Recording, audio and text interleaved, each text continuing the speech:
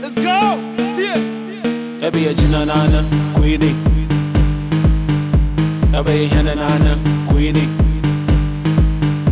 Ebe a jinanana, Queenie. Alright, yo, what's up? I'm Edem. Go get him. I'm a hip hop artist, a recording artist, hip hop, hip life. I'm versatile, so sometimes I find myself doing reggae or reggae influenced music or reggae dancehall and Afrobeat, which is like something we Africans have coined. And I'm also the CEO of my label and my team VRMG, and also an entrepreneur, basically. Yeah.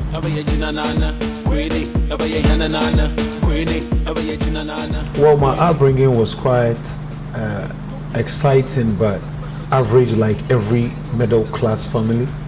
My mom a teacher, my dad a lawyer. It was a setting of me, my bigger sister, my mom in the south.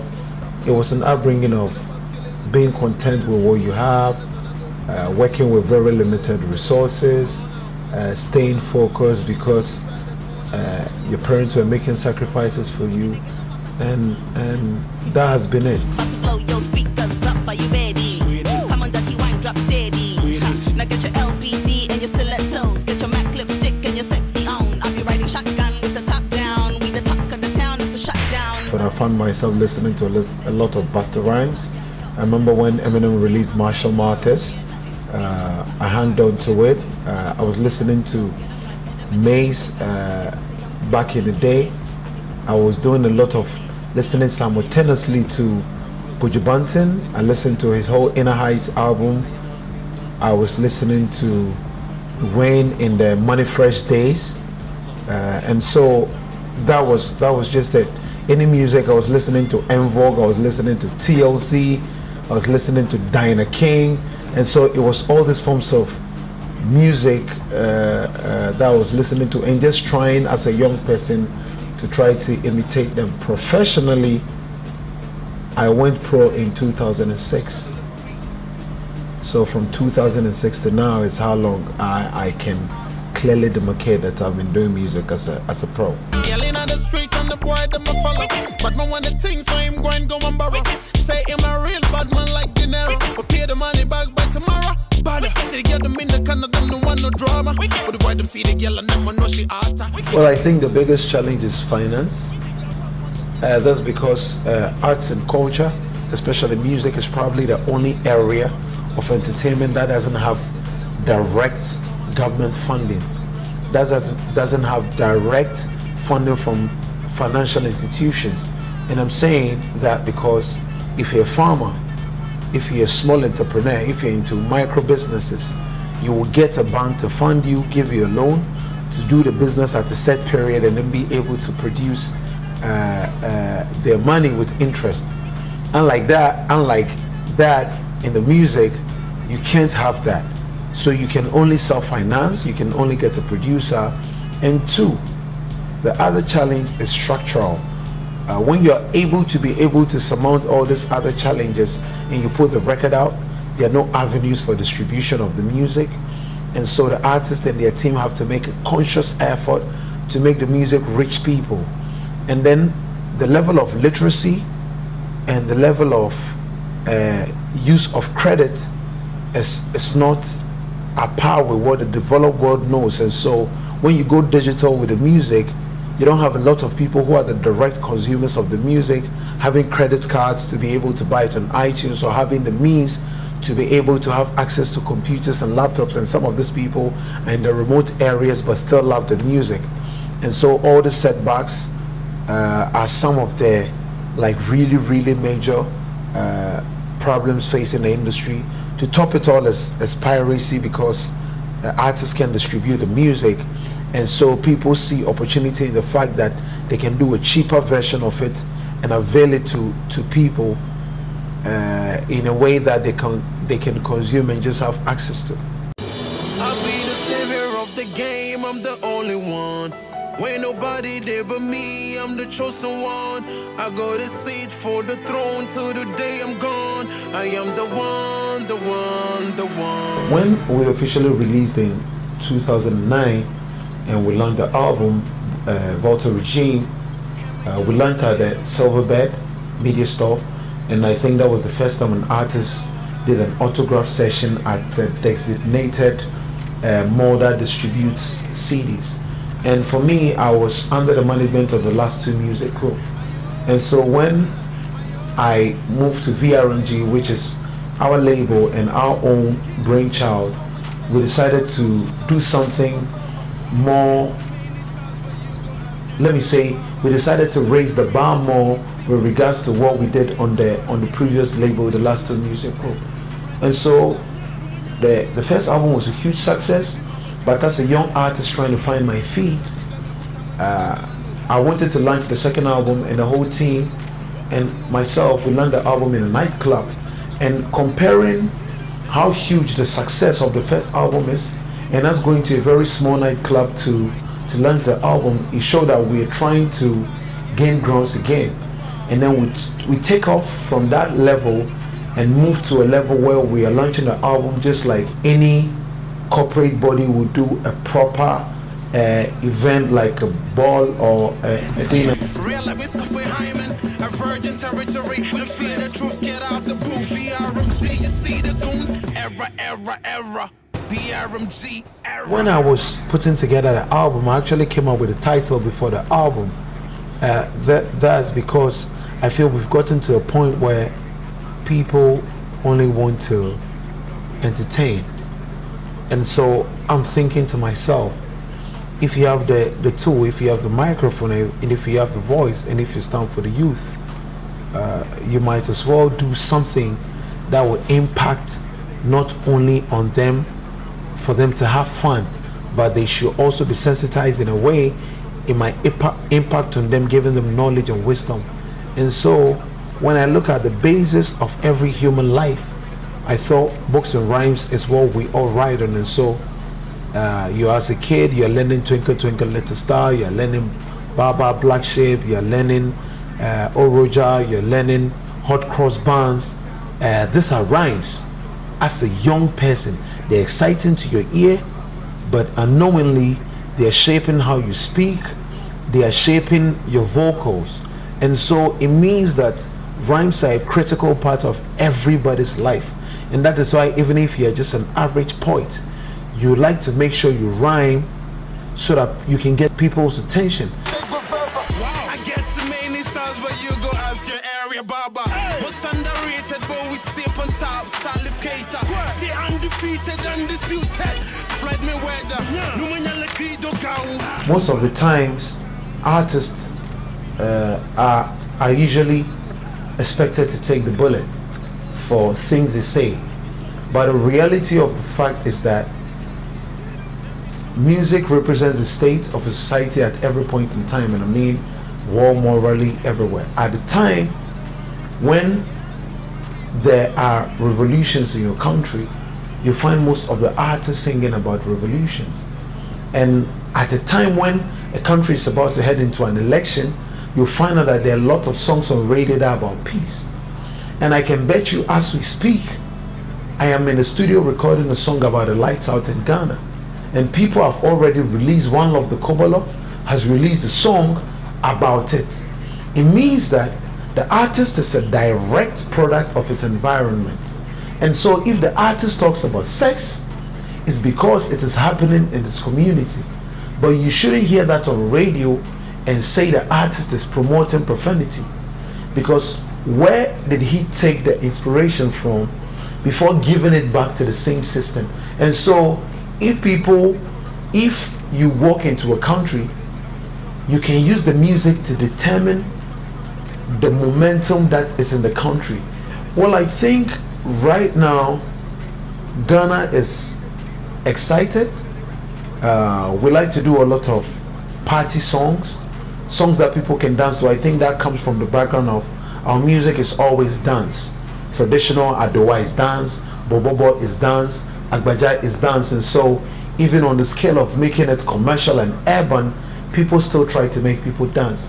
But I think we are striking that balance with what is the reality right now, which is the economic hardships that we the young people are facing, and facing because The system is not creating the atmosphere for our ideas as young people trying to make it to properly thrive. We have extreme challenges. Yelling on the street and the boy them a follow. But no one the thing, so him go and borrow. Say him a real bad man like dinero. But pay the money back by tomorrow. But for me as an artist, I want to feel responsible as much as possible, but at the same time I want to pinch myself every time and be aware that I'm just an individual and I also have to just play my role. I feel that with the position I have to influence people positively. That's like quite critical. And then the biggest ambition we have at VRMG is that we want to create jobs for the numerous people who love the music. We believe that people who love our music are smart. Some of them have ideas that we don't even have.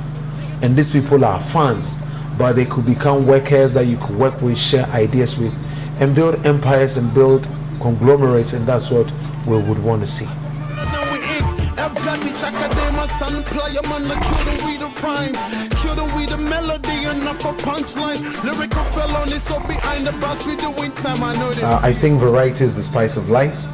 And so every time it is what I feel. I don't decide what I want to do. When I enter the studio, I want to do a reggae record if I feel I have to do it. But my fundamental spine or my fundamental backbone for my artistry is Ewe, which is where I'm coming from. And I chose that with a clear purpose of telling people that you have to take pride in where you're coming from.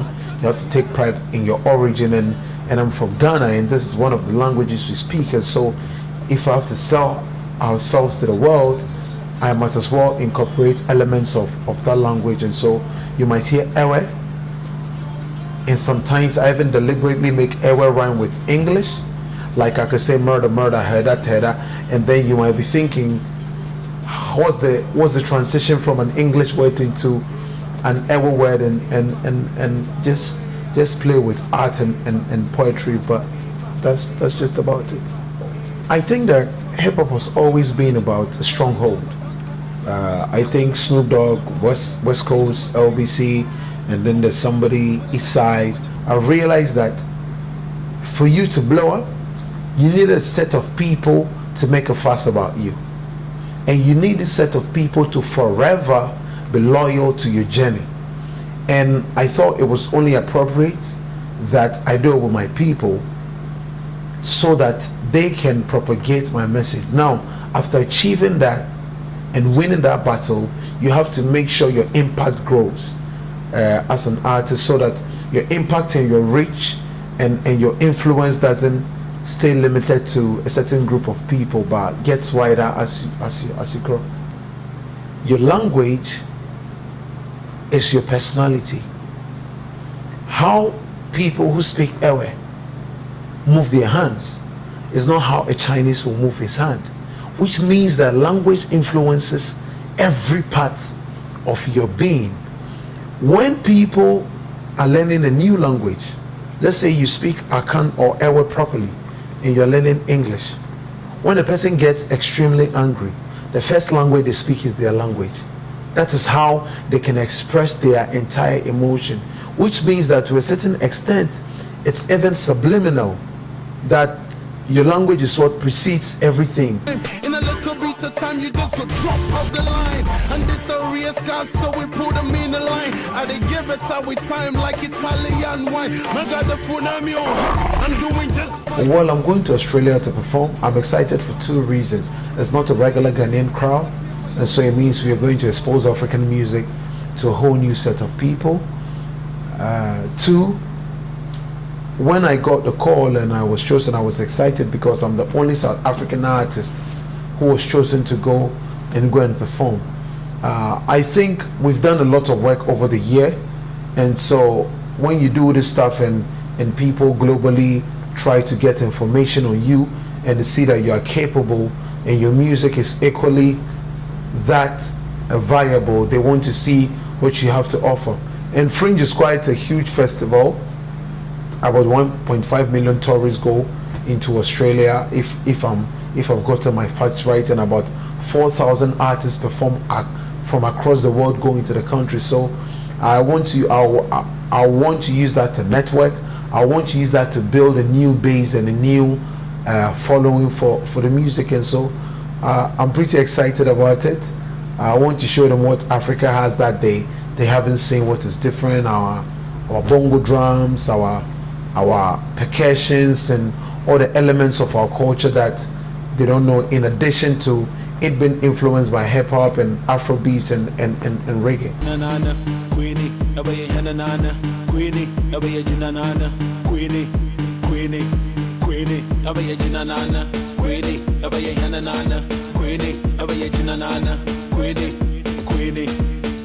Go get him, time I got you gonna put special delivery. Any, many, many more, this I know we giving it. Super Jew on the dance floor, BCB, a man that come and juggle more. Very honest, as an artist, you might have a fair idea a song is going to be big, but you can never measure the magnitude.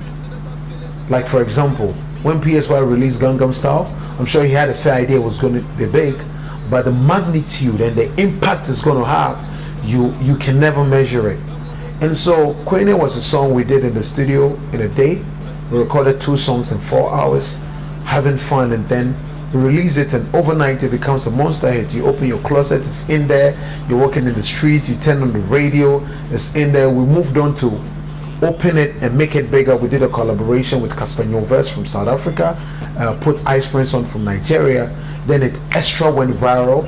It's actually the highest selling record on the album on iTunes, and so it means that even when the song is more available, people even still want it the more. And so it has been exciting.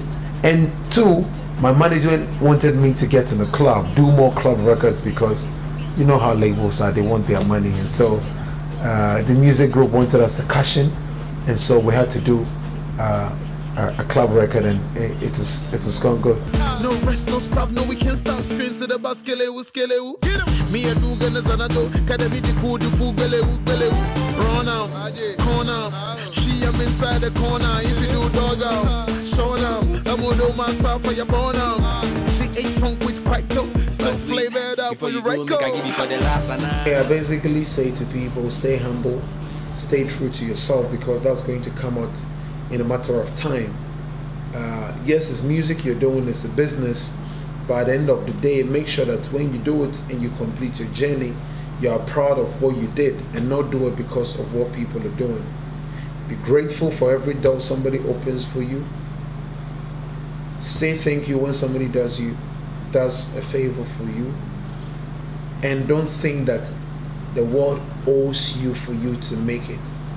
Get up and grind. Let's go get them. Madam Isuku, let me teach. Nusi Kemya do motor misrohado. Learn. Maklumi the Solima Makochiko Kuidara Tajinami Vampire go brown. Madamira Kaji, so you try to reach me. I be the code they can't figure out Da Vinci. I know go die out. I know go fall Nusika Gagamona won't toy and what Vici. But so go malasi one over the Japo. Yeah. The kakuya is a mystery. Mazu dekele, vodka, whiskey, malan kujina, but the hard, the tipsy.